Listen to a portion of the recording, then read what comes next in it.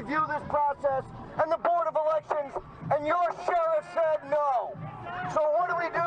We go get relief by the federal government to make sure every legal vote is counted. Okay, so in case you couldn't hear that, let's simplify the question.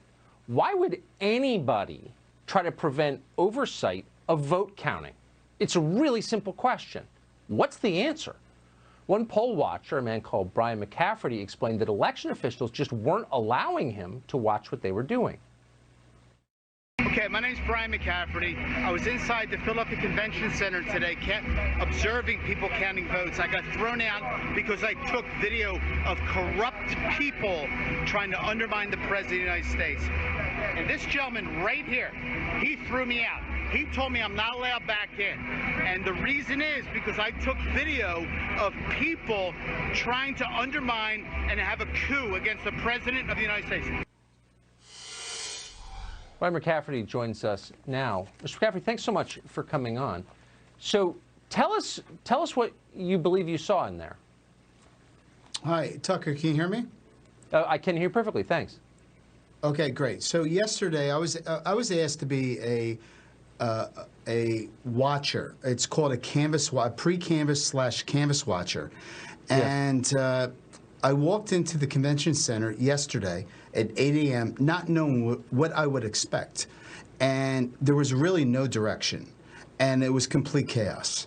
And it was at that point that I had the opportunity to talk to one of the Trump attorneys. And I said, listen, we have a 50,000 square foot facility here. And we have steel barriers being set up. Let's say, for optical purposes, 1/8 of the place is free for the people that are supposed to supervise to watch the people that are counting votes, which was a complete farce. Okay? You can't make this up. You can see from the videos that I've sent to Fox News. And nobody gave any direction. There were 8-hour shifts, and you can do whatever you want. And I started watching, and I said, wait a second, you can't see anything. The closest desk, okay, let's put things in perspective. The closest desk was 30 feet. The farthest desk was probably 150 feet. And you knew this was orchestrated. Everybody had yellow jackets. Okay, that's how they orchestrated it. However, nobody knew where these people went. And I started looking to the right-hand corner. And at that point yesterday, I started taking videos. I said, what are those black trash bags in the right-hand corner of the Philadelphia Convention Center? And there was no communication.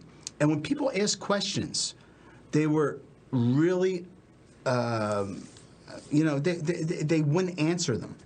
And at that point, you know, you said to yourself, listen, something's wrong here. Something's wrong. So I left yesterday at 4 o'clock. I came back today, and I started taking videos and pictures inside the convention center. And the reason you and I are talking is one went viral, okay? And I really feel sorry for this individual. His name's the Philly Godfather. He's one of the biggest handicappers, and Stu Varney has him on Fox all the time. And his Twitter account shut down right now. Because on what grounds? There is no ground, because people are listening to it. Freedom of speech. And I'm just telling you what I'm seeing. And if I tell you yesterday that when you walk into the convention center, and this is, we're not talking about, we're talking about the presidential, we're talking about the President of the United States of America, okay? And I walk up and there's steel barriers, like we're criminals, okay? And the closest you can see is 30 feet away.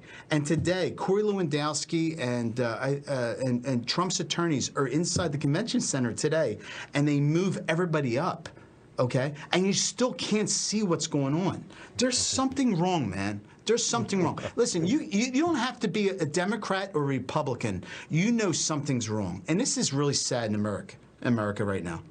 Observe from 150 feet away. I'm 51. I can barely see 10 feet away. I mean, that's way. Brian McCafferty, I appreciate your coming on tonight and telling us what you saw, or rather what you didn't see. Thanks very much. Good for you for being. But Tucker, public. I also took video of what I saw. I took video of what I saw, and that's why I got thrown out. Yeah. course. Too much transparency. And by the way, if I can just say the obvious point that no one wants to say, the city of Philadelphia has a long and very well-documented history of corruption. Doesn't mean corruption's going on now, but it means it has a lot in the past. So the onus is on them to reassure our concerns about their vote counting. It's not on us, it's on them. And they're preventing you from watching? Okay. Well, let's just finalize this. The mayor let this city burn to the ground. Yeah, I noticed. Yep. Okay? Jim Kenney and Josh Shapiro. Oh, okay, let's just say something. Josh Shapiro said before the election that, Trump can't win. Are you kidding me? Yeah. That's not reassuring. Are we really? No, Tucker, are we going to let this happen? Yes or no? We're going to watch as carefully, press as hard, be as honest as we can be, because in the end, no one will believe the results of any election if they don't believe the results of this election. That's our view. We mean it. And so we're going to press forward. That's why we're having you on tonight, and we're happy to. Thanks, Brian. Thanks.